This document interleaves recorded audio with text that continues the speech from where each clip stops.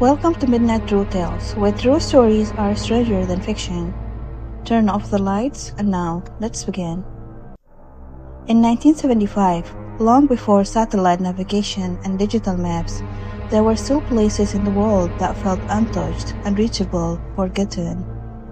The stories traveled quietly among travelers. Truck drivers whispered them at the roadside cafes. Desert travelers shared them beside small fires under the night sky. Explorers passed them along as warning. And some of these stories spoke of something impossible. A harbor, deep in the mountains and desert, far from any sea, far from any river. A harbor that only appeared at night time and vanished when someone tried to reach it. Most people dismissed it as a mirage, heat in the air, light bending in a strange way, the human mind playing tricks in isolation. But not everyone believed that explanation. In late autumn of 1975, 5 friends decided they wanted to see it for themselves.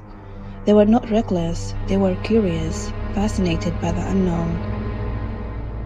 For almost a year, they had been collecting stories from travelers who claimed to have seen lights in a remote valley.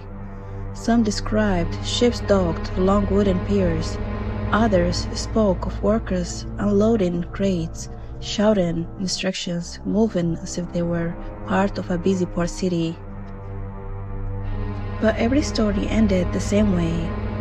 The moment someone tried to get closer, it disappeared. 2 men, years before, had supposedly walked toward it. They were never seen again. The 5 friends told their families they were going on a simple exploration trip.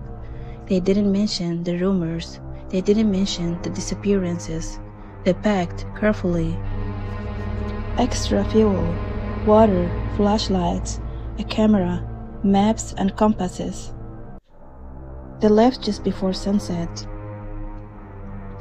As darkness fell, the mountains became dark shapes against the sky. The deeper they drove, the quieter the world became. No towns, no other cars, no lights behind them, just wind. The desert at night feels different, colder, heavier, almost like something is watching. Hours passed. Just after midnight, the driver slowed down. At first, no one understood why. Then they saw it. Far ahead, between 2 mountain ridges, tiny lights flickering, too steady to be stars. They drove higher along a rocky pass, gaining a clearer view. And that's when they froze. Below them, in a wide valley that should have been nothing but sand,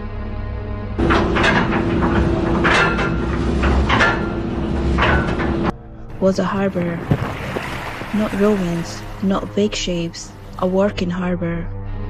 Lanterns hang along woods docks. Large ships rested beside the piers. They could see figures moving back and forth, carrying crates. Some appeared to be shouting instructions. Others pushed carts loaded with cargo. The faint sound of metal clanging echoed through the night. One of the men whispered, "There is no water," yet the ships gently rocked as if it's floating. It looked real, alive, busy. For several long minutes, none of them spoke.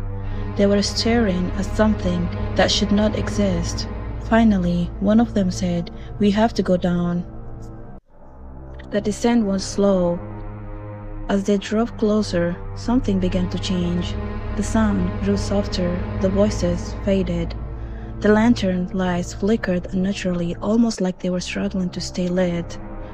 The figures along the docks started to blur.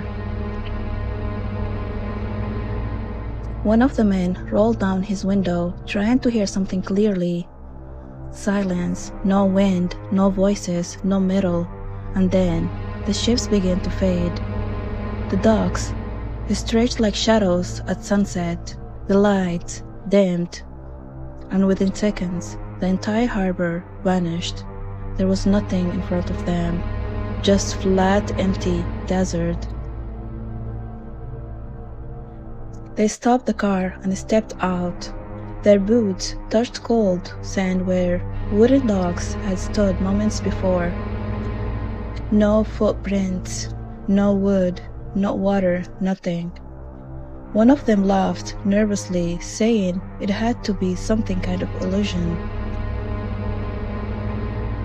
Another insisted they had approached from the wrong direction. As they argued quietly, one of the men turned and pointed. The lights had returned. Farther away now, across another ridge, small, flickering, watching. Two of the five exchanged a look. Without saying much, they began walking towards it. The other three stayed by the car, calling after them to be careful. The two figures moved slowly across the sand, their flashlights cutting through the darkness. Then something strange happened. The air changed. The temperature dropped suddenly. A low humming sound filled the silence, not mechanical, not like wind, something deeper. For a brief second, the harbor lights brightened intensely, and then the two silhouettes disappeared. Not fell, not stumbled, they were simply gone. The humming stopped. The lights vanished again. The desert returned to stillness. The remaining three men ran forward, shouting their names. They searched for over an hour. Were they?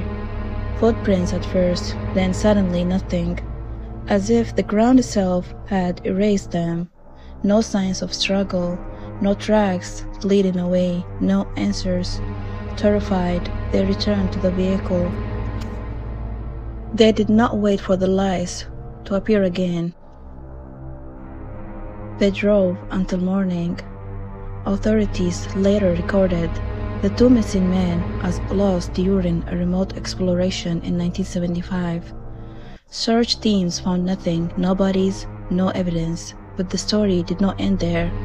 In the weeks that followed, the three survivors became sick, high fevers, severe exhaustion, nightmares that woke them screaming.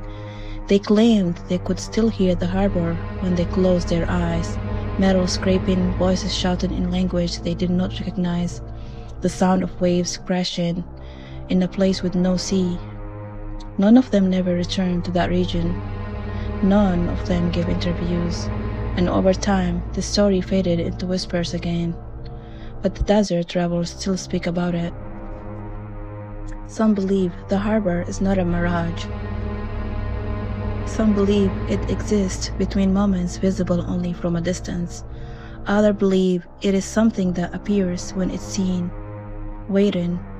And if you ever find yourself driving through remote mountains at night, and you see lights in a valley where not city should be, do not get closer. Because the harbor that shouldn't exist has never needed water, only curiosity. But there is a question no one has been able to answer since 1975. If it was only a mirage, why did two men never come back? And if it wasn't a mirage, then what were they really seeing in that desert?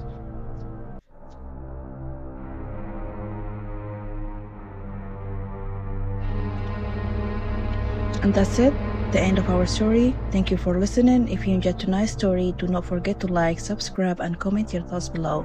We upload every Monday and Thursday. Until then, stay safe, and I will see you again.